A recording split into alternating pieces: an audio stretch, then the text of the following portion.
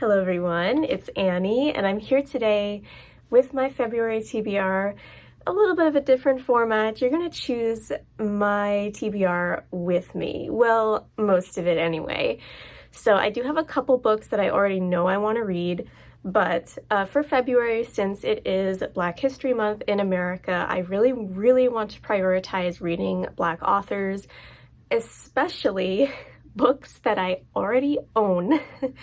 Because like everybody else, I have a little bit of a problem with obtaining books and then not reading them. So I really want to read books that are on my physical TBR. So you're gonna come with me and go look at my TBR shelf and choose some books with me. So let's go. Okay, so here's my TBR shelf. If you watched my bookshelf organization video, you saw me put this together. So, let's go through. I just want to see what books I already own that are written by Black authors, and then see which ones of those I may want to read or just be able to read, because I don't know if I'm going to be able to read all of them, but that's okay. So, right off the bat, we have a Master of Jinn, which you all know I really want to read. I think I put this on my December TBR and it just didn't happen. I need to read this. I really do.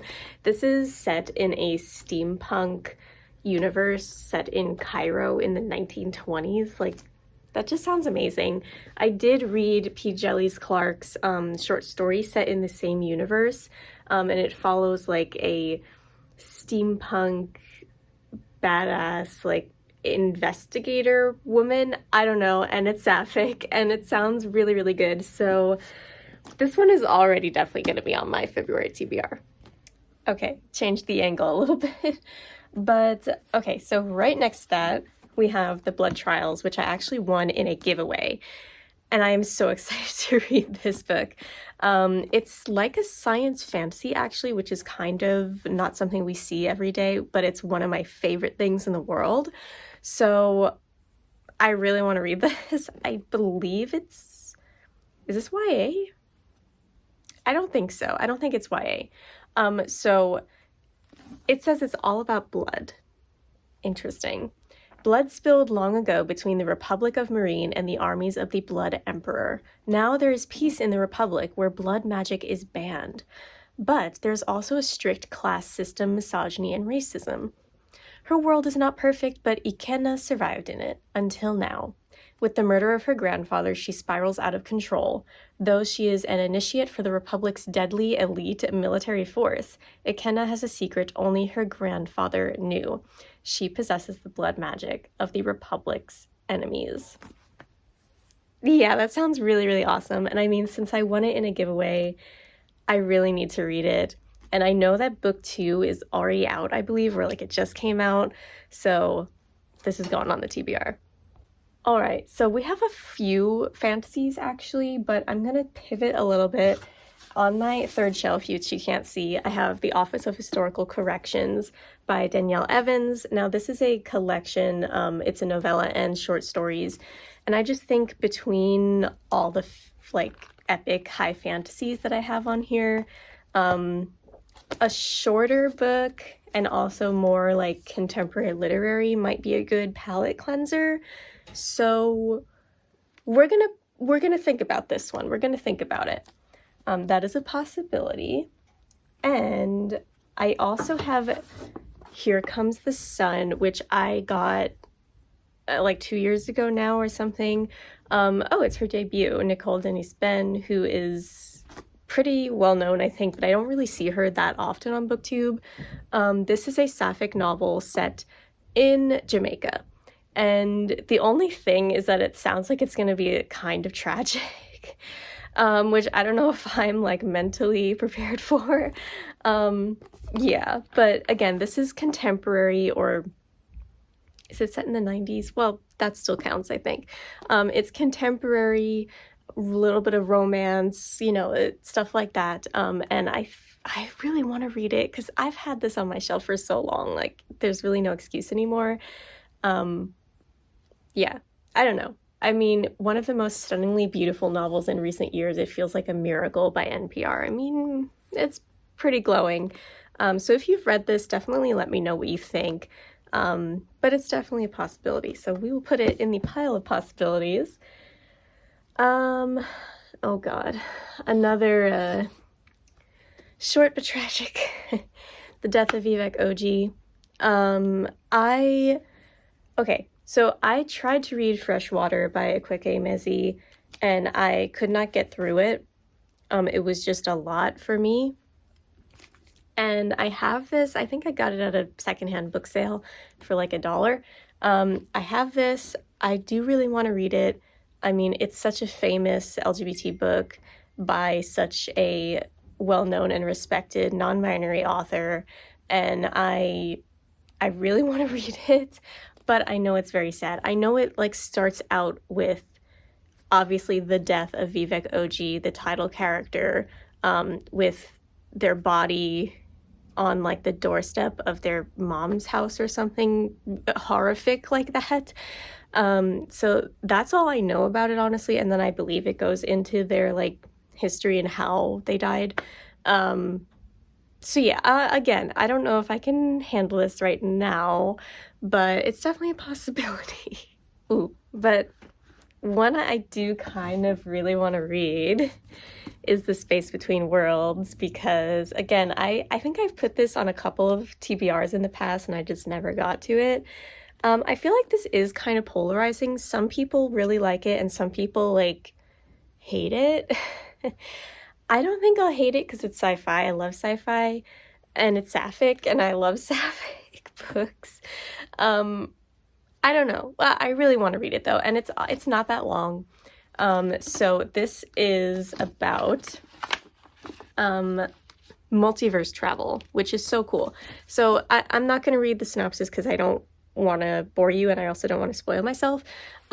The main character is like one of the only people who can travel the multiverse, because I think the problem is if you're dead in that multiverse, then you can't travel there or something.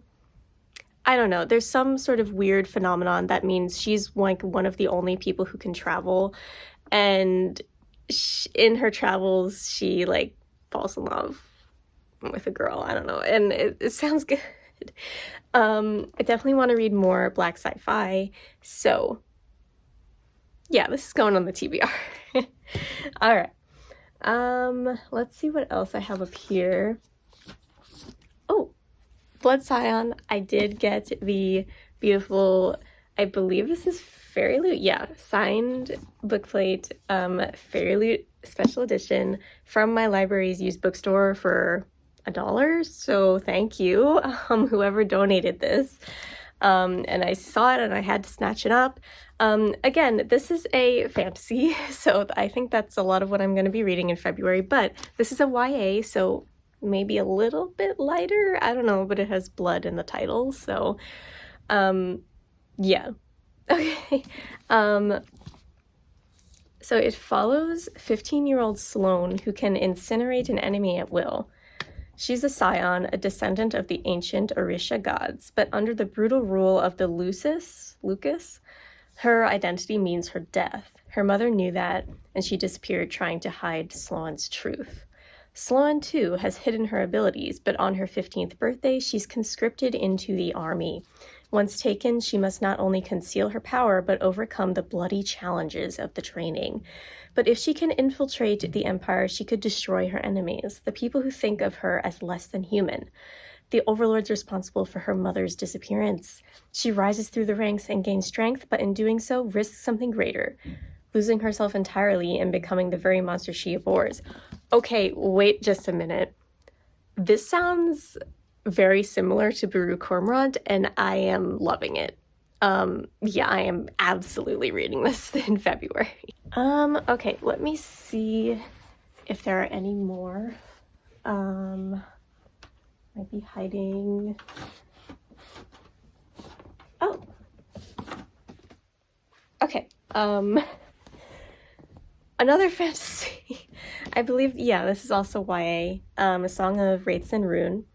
I've heard pretty good things about this. Again, I just got it from a secondhand bookstore. It follows Malik. The Solstasia Festival is a chance to escape his war-stricken home and start a new life with his sisters in the prosperous desert city of Ziran.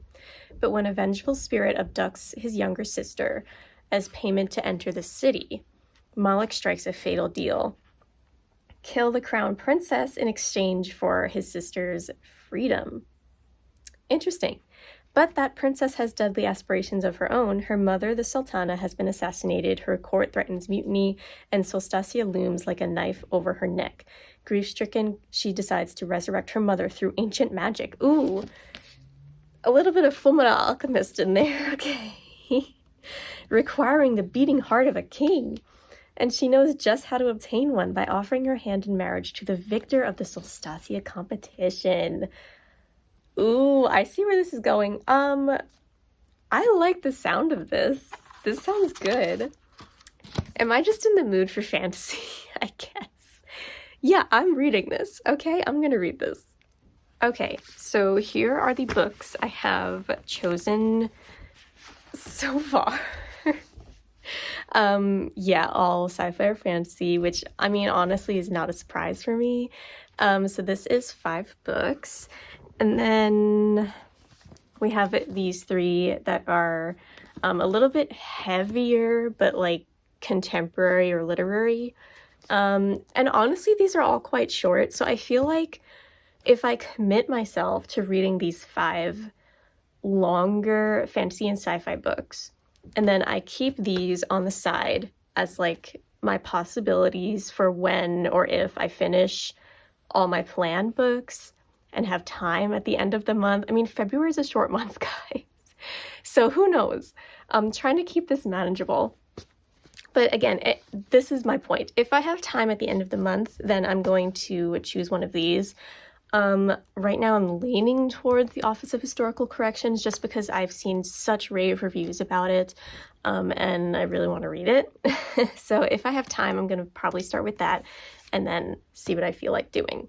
So I also have 2 more books, so let me bring you back over there to tell you about them.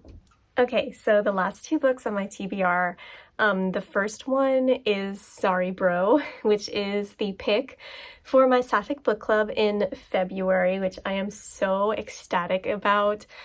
This is by an Armenian author about a bisexual Armenian girl whose boyfriend proposes to her in front of like a bunch of San Franciscan tech bros. And she's like, you know what, wait a minute, I don't like this. So she says no, and her mom tries to set her up with all these people through a program for like Armenian people. But on this program, she meets a girl who catches her eye instead. And the main character has to figure out, like, coming to terms with her identity, coming to terms with being herself, and finding a balance between her culture and who she wants to be. And I am so excited for this. I love the cover. It's gotten really good early reviews so far, so I am really, really excited by this, and I cannot wait to read it with you all for my Sapphic Book Club. If you're not already part of the Sapphic Book Club, you can join the Discord, or you can just read along with us, and we will have live shows the first week of every month afterwards. So the first week of March, we're going to have a live show, and I am just really, really excited. I am reading this with Jess from Books Past Bedtime, so definitely join us. And then the last book I definitely want to read in February is Bad Cree by Jessica Johns. This is a debut novel that follows Mackenzie, a young Cree woman who goes on a perilous journey of self-discovery. So when she wakes up with a severed crow's head in her hands, she panics. Only moments earlier, she had been fending off masses of birds in the snow-covered forest. In bed, when she blinks, the head disappears. Night after night, Mackenzie's dreams return her to a memory from before her sister Sabrina's untimely death, a weekend at the family's lakefront campsite, long obscured by a fog of guilt. But when the waking world starts closing in too, A murder of crows stalks her every move around the city. She wakes up from a dream of drowning and throwing up water and gets threatening text messages from someone claiming to be her sister. Mackenzie knows this is more than she can handle alone. Traveling north to her rural hometown in Alberta, she finds her family still steeped in the same grief. They welcome her back, but their shaky reunion only seems to intensify her dreams and make them more dangerous. What really happened that night at the lake, and what did it have to do with Sabrina's death? Only a bad Cree would put their family at risk, but what if whatever has been calling Mackenzie home was already inside? This sounds spectacular. Kind of a horror and a mystery all wrapped in one, and I need to read it, like, right now. So thank you guys so much for watching. This was my February TBR. I hope you enjoyed. If you've read any of these books, if you have any feedback, definitely let me know in the comments down below, and let me know what you're excited to read in February. And if you like this video, please like and subscribe to my channel for more bookish videos, and I'll see you next time. Bye!